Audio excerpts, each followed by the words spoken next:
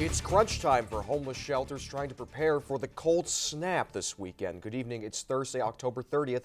I'm Zach Dahlheimer. And I'm Leanna Scacchetti. Thanks for joining us. Homeless shelters across Gainesville are prepping for the first dip in the weather this fall. Leah Harding spent the day at both Grace Marketplace and the St. Francis House and joins us now. Leah, how are shelters preparing for both the weekend and the cooler weather ahead? Zach, shelters are prepping to take in even more guests this weekend because of the weather, but they're also asking the community for help. While shelters are prepping for the weather, the homeless are as well. Russ Dye doesn't have a home. He hasn't had one for 8 years, but he does know how to build a fire. Without one, he wouldn't last. We would freeze to death. Gainesville shelters are trying to make sure that doesn't happen. Well, we have an agreement with the city and the county through the city that on nights when the temperature is predicted to be 45 or colder, we will open up and provide additional shelter for people that want to come in out of the cold.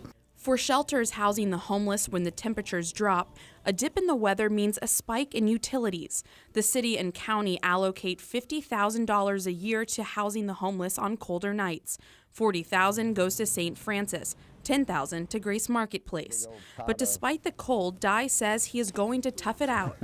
Fireside. The fires get bigger. We double insulate our tents. We use the emergency blankets, put them over top and tape them down, keep the body heat in.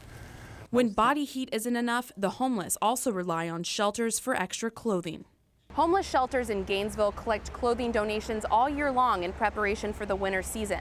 But shelters like St. Francis House and Grace Marketplace have been sending out emails asking for even more donations in preparation for this weekend's expected cold snap.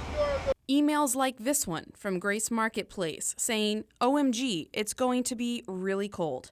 Even for Dye, who chooses to stay outside, warmer clothing is an offer he doesn't pass up.